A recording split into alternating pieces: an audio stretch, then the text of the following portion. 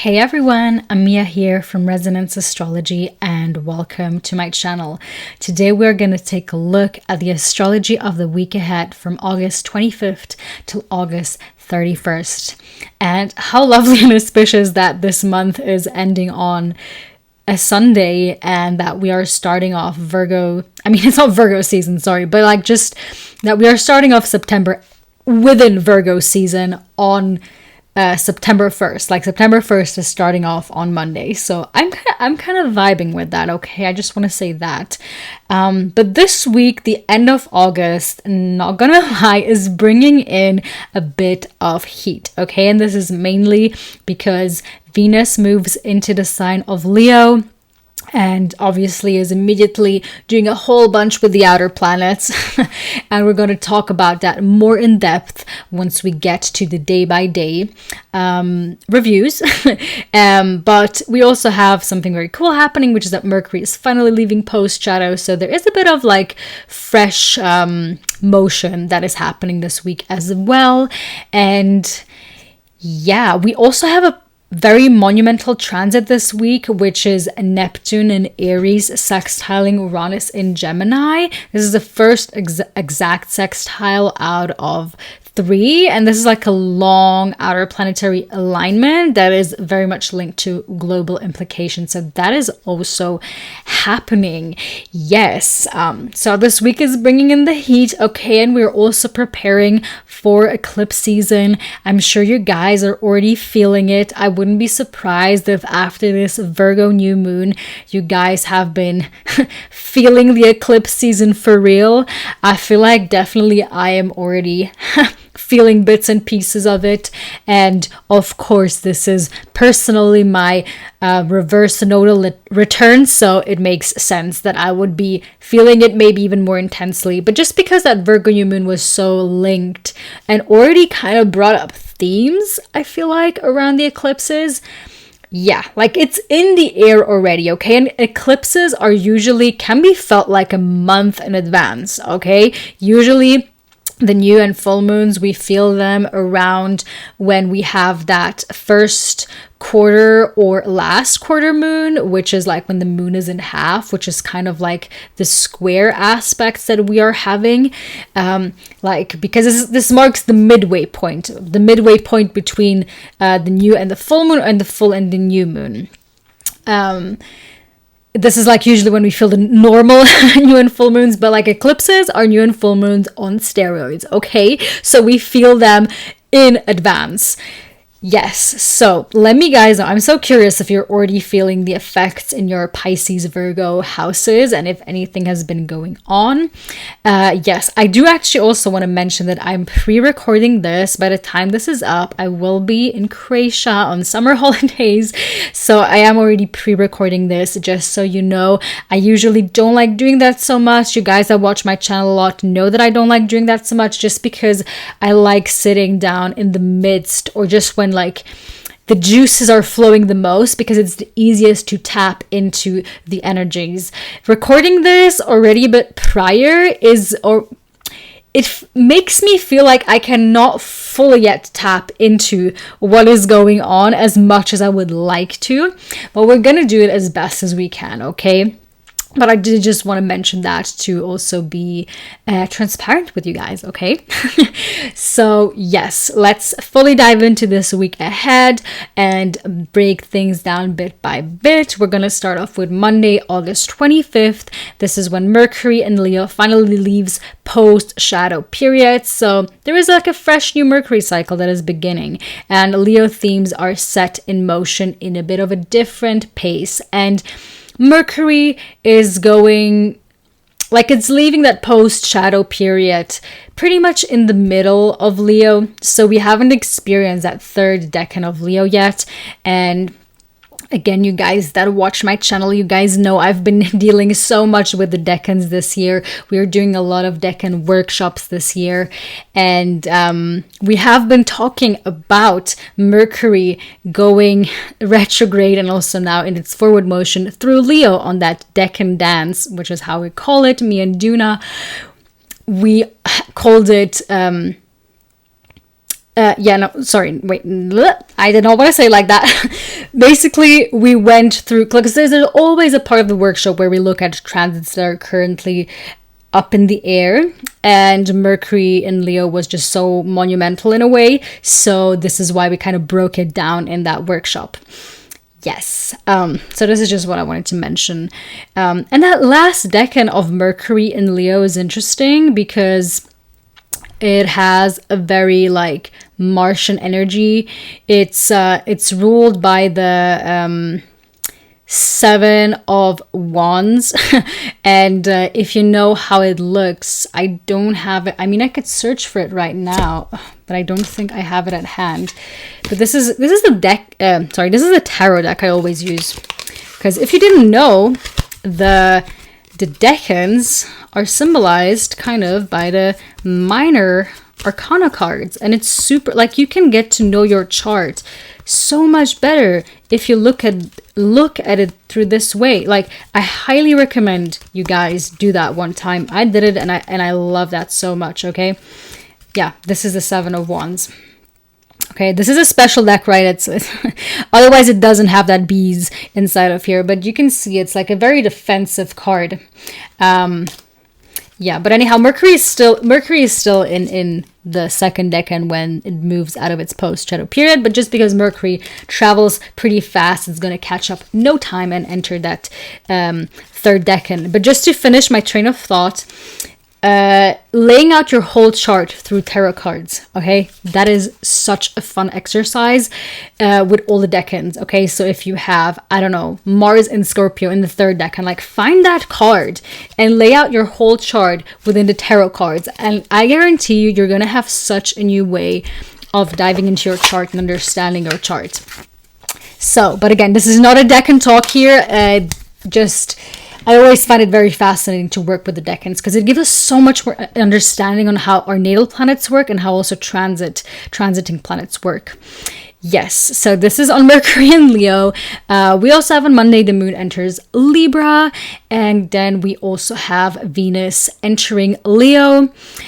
So despite Virgo season already being up in the air, Venus is kind of bringing back a bit of a Leo prideful flavor, even in this more serious, but also very eventful Virgo season for sure.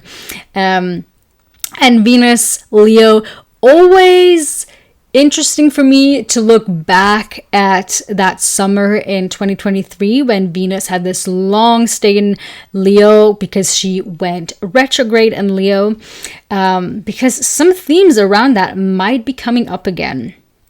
Yes, so yeah, this is interesting. We're going to have to keep an eye out for Venus in Leo, just because Venus in Leo does so much in the beginning, which it did not do back then, but just like themes could be brought up from that time. And on Tuesday, August 26th, we have Venus in Leo trining Saturn retrograde in Aries. We have Venus sextiling Uranus in Gemini. On Wednesday, August 27th, we have Venus trining Neptune retrograde in Aries. And we also have Venus opposing Pluto retrograde in Aquarius. Okay, do you just see when I say that? This sounds intense. This sounds intense. There's a lot around, like, the values in our relationships and seeing things clearly, not seeing things clearly. Again, like themes around like self-empowerment, or where we have not felt self-empowered.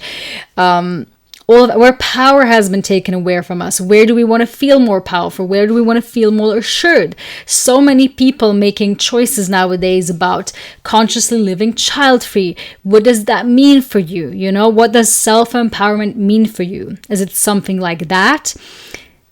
All of these themes are kind of up in the air. There's also, you know, obviously with Pluto, there's also like a quality of obsession that is being thrown around. There's just a lot, okay? Venus is doing a lot when she enters Leo, and then afterwards, when she like kind of went a bit away from that initial like shock wave of like so many outer planets all at once, then she can enter into a much more empowering way of being in Leo, okay? So yes, this is what I have for these 2 days. Moon in Libra also officially enters waxing crescent phase. And then on Thursday, August 28th, we have the moon entering into Scorpio. Okay, and moon in Scorpio, once again, it just always brings up emotional tension because it's gonna square Venus and Pluto. And that's why I kind of also highlighted a bit of these like obsessive qualities, because when that moon enters Scorpio, they're kind of amplified. They can be kind of amplified depending on where this is hitting at your chart. This can be in a lot of ways. It doesn't have to be obsessing over a certain person, although of course it can be. It can be obsessing over a fantasy world that you find yourself in, obsessing over social media, obsessing over a health regime, right? We're in Virgo season, so there's a lot of obsession that can go into like getting that perfect daily routine in, eating that perfect meal, and then really like, I don't know, and like this anger bubbles up if we don't get it right, or if things don't go the way we have like obsessively tried to figure them out. So this is kind of highlighted, to be completely honest. So watch out for that day to not be too harsh on yourself. And like, we're allowed to make mistakes, okay? That's just everything that I want to say. And I'm saying this with lots of love, because I have struggled with that idea of that perfect morning routine and not achieving it for such a long time. So obsessions can go in so many ways. Can also be like fitness, health obsessions, school obsessions, getting that perfect grade, and sacrificing sleep and other things just to get your job done. So again, just kind of be careful around that. And again, a lot of these things have to do, Venus, we always think of relationships in terms of other people, but Venus is just about the relationship we have with ourselves, about the relationship we have with our co-workers, essentially everything you can have a relationship with, which is everything. Everything, okay? Even if you're alone, completely isolated, you will still have some sort of relationship with the divine, with the nature around you, with the rocks or the sand around you. You're always gonna relate to something or someone in some sort of way. And so with all of these aspects forming to the other planets, there's something changing about whatever. There's just a lot, okay? So like, because this is like a general reading, okay? It's going to impact every one of you differently depending on your charts. If you have sensitive points at these degrees, it's going to affect you differently than other people, depending on which rising sign you are. So in which house all of this is falling is going to affect you differently than other people. But generally, on a global matter, just because the outers are heavily involved here, there is a new way of how we are relating to one another. And this is amplified, of course, right now because of like the rise of AI. And so many of us are rethinking, what does it mean to be in relationship with productivity, to be in relationship with creating, to be in relationship with anything that involves like a sort of creative manner, okay? So all of this is super up in the air right now. And once again, yeah, we have that grounding Virgo season, thank God, but all of this is a lot of fire and air. And these next few years are very much shaped by a lot of fire and air, a lot of young energy, a lot of masculine energy, so to say. It's very outward focused. And when the energy is very outward focused, we have to take efforts ourselves to bring it more inwards, because the transits are not really conducive to that so much. So this is just a reminder, okay, for that. And then on Friday, August 29th, we have Neptune in Aries sextiling Uranus in Gemini. And this is the first exact sextile we are getting. This is a long-lasting outer planetary alignment with major global implications. There's a lot going on there. And actually, let me read. Whoop! Sorry, I hope my arm is not bothering you too much. Just because I feel like I would not be able to give this justice if I don't pull out this book, to be completely honest. But let's read what Ren Butler has to say about Uranus and Neptune in the archetypal universe. My favorite astrology cookbook, for real. So good to just look things up. So, principles of Uranus and Neptune. Revolutionary changes in consciousness, an exciting rebirth of vision and idealism, feelings of cosmic unity and compassion, transcendence in every direction, the open universe. And then he always lists like good qualities and shadow qualities, tendencies towards escapism and fantasy, hyperstimulation by imagery, wishful thinking, and lack of discernment, religious and spiritual extremism. I can see both happening globally right now, which is exciting and terrifying, right? Like I wish so much we would always embody the positive qualities. But that's just not realistic. And sadly, there's also a lot of these negative qualities up in the air, in the fire, so to say. But let me read like the larger chunk of this, just because I think it's interesting. There's probably like a whole separate video that would be cool and useful to do here. But yeah. So he writes, breakthroughs and revolutions in consciousness, quantum leaps in awareness, a new spirit, a change of realities, a rebirth of vision, transcendence in every direction. The future belongs to those who believe in the beauty of their dreams. This was said by Eleanor Roosevelt, who had Uranus trine Neptune. Yes. The ideal of universal redemption, liberation for all, a celebration of variety and pluralism, inclusive solutions, the open universe. Tarnus discovery of the emergence of unitive, spiritual, visionary, revelatory, imaginative, romantic, and utopian impulses during Uranus-Neptune world transits. Okay, keep that in mind because this is gonna follow us for a while.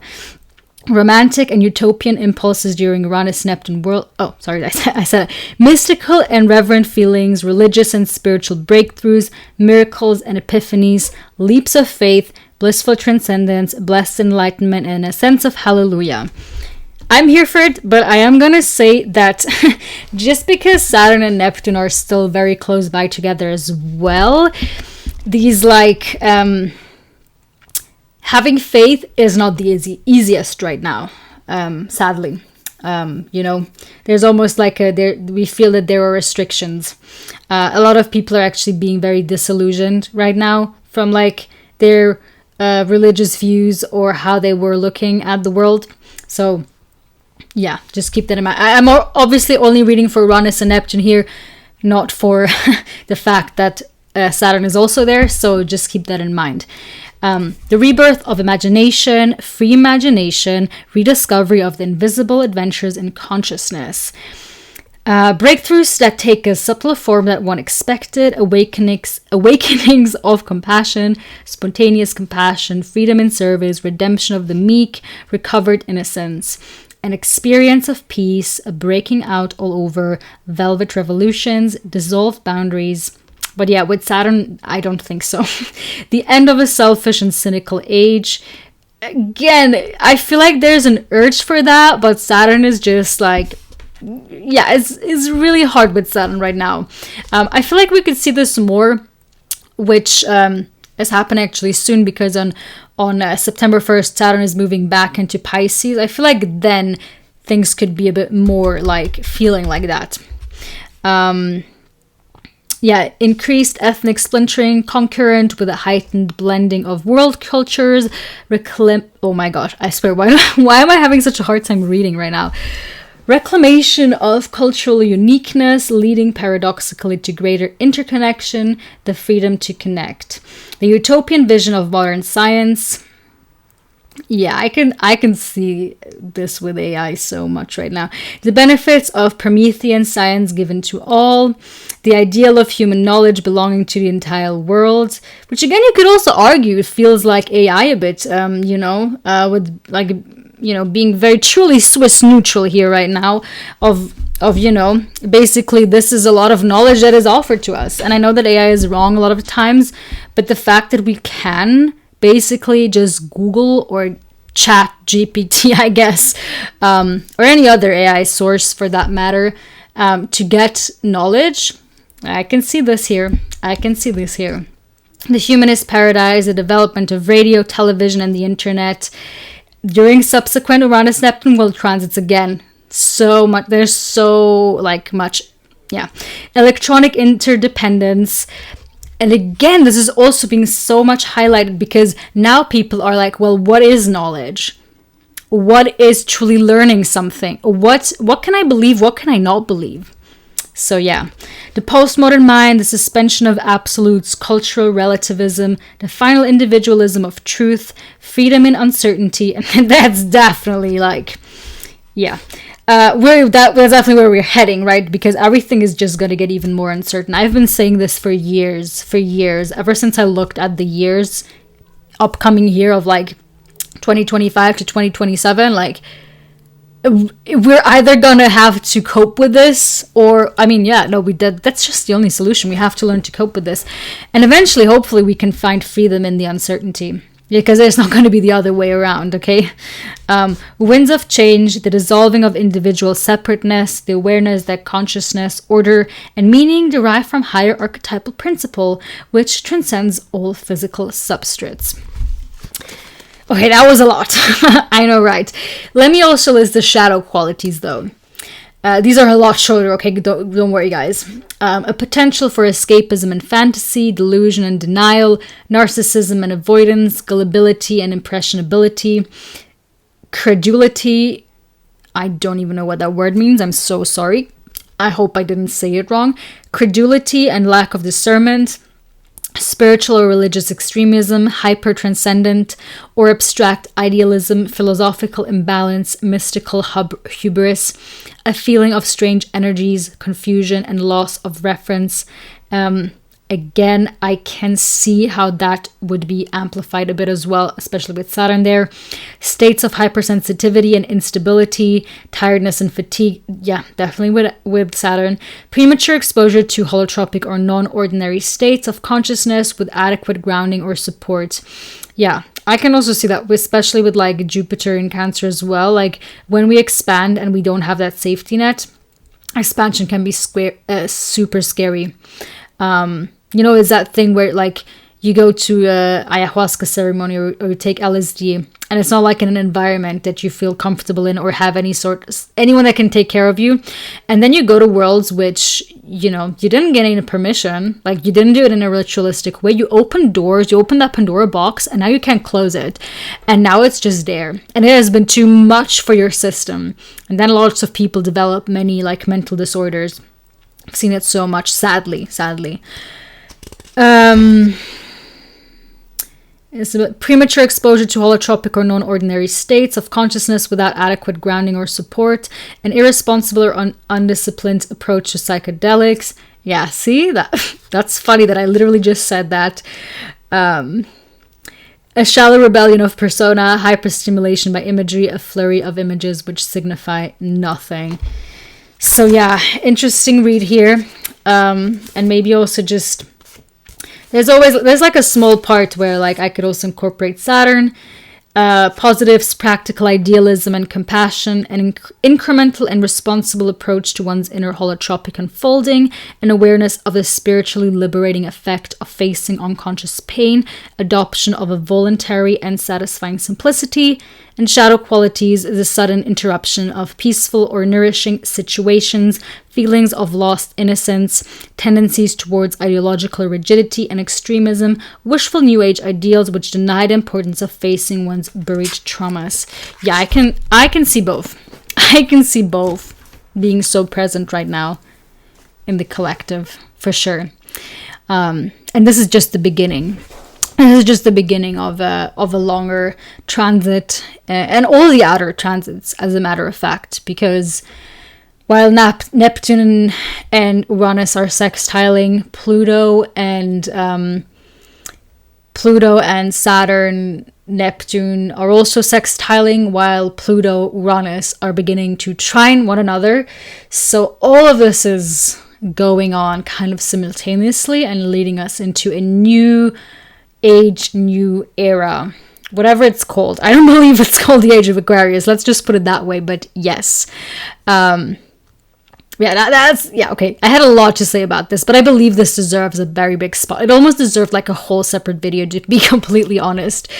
On Saturday, August 30th, we have the moon entering Sagittarius, and then on Sunday, August 31st, we have a first quarter moon in Sagittarius, which is the halfway point between the new moon, which is actually not just a new moon because it's the upcoming total lunar eclipse in Pisces. So there is rising tension. And we also have Mercury in Leo, trining Chiron in Aries. So once again, highlighting a bit of like healing through self-expression. Maybe wherever you have stifled in that, this is a good day to, do that post that you have been dreading. Upload that YouTube video that you have been dreading or whatever. Just today, I uploaded, no, that was yesterday on Instagram, like I was struggling for years to film YouTube videos before I sat down and actually did it. And I feel like a big mission of mine with that, sun right on my ascendant is to give other people empowerment, that it's okay to be cringe, that it's okay to go through that, because I had so many attempts before I actually sat down and filmed my first YouTube video. And you know what the thing is? You know what the thing is with all of this? Is that you can only begin to improve when you start. If you're just filming video, I mean, that's the first step, okay? That's great already. But if you're not uploading, you're really stifling your self-growth because it's not going out there. You can't improve something that is not out there, that is not improvable. You know what I mean? And once you start uploading these videos or start making this post, then you will gain feedback. You will gain an echo, and then you're like, oh, I can improve this. I can write this like this. I can say it like that. I can start looking at the camera more, because that felt completely unnatural to me, and it's still not the most natural thing ever, but I'm so much better talking directly to that camera. My speech has improved so much, but that's only because I started. If I didn't start, I wouldn't be able to improve that. So yeah, this is me encouraging you guys to do that thing, okay? It's gonna be cringy, it's gonna be weird, it's gonna be uncomfortable, but you have to go through that discomfort, and things were going to be so much better after that, because then you can actually improve. Otherwise, you won't be able to improve. So yes, this is what I have for this week. Just a brief preview of next week. September 1st, as already briefly mentioned before, Saturn is re-entering Pisces. This is the final stretch of the lessons of the sign that we are getting, so just be prepared for that. And also, again, very interestingly, we're going to have that first total lunar eclipse in Pisces when Saturn is back in Pisces. Mercury enters Virgo. We love that. We love Mercury entering its home sign, its domicile sign, and sign of exaltation. Mars in Libra is gonna square Jupiter in Cancer. I think that's also important. And Uranus stations retrograde in Gemini. And again, we're building towards that lunar eclipse in Pisces by the end of this week. And I'm gonna be back with you guys, because by then I'm going to be back from holidays, so I'm going to be fresh off the hook and able to tune into the energies fully, and I'm excited what awaits me once I get back, to be completely honest. But yeah, this is what I have for you guys for now, and I hope you're having a pleasant time. If you're at it, don't forget to like, subscribe, you know the drill. Again, it just helps out to grow the channel. It helps out more than you know, for real. And yeah, also following me on Instagram is always worth it, because I post a lot of things there that I don't necessarily post on here. So yeah, this is what I have for you guys. I wish you a lovely, pleasant week, and bye.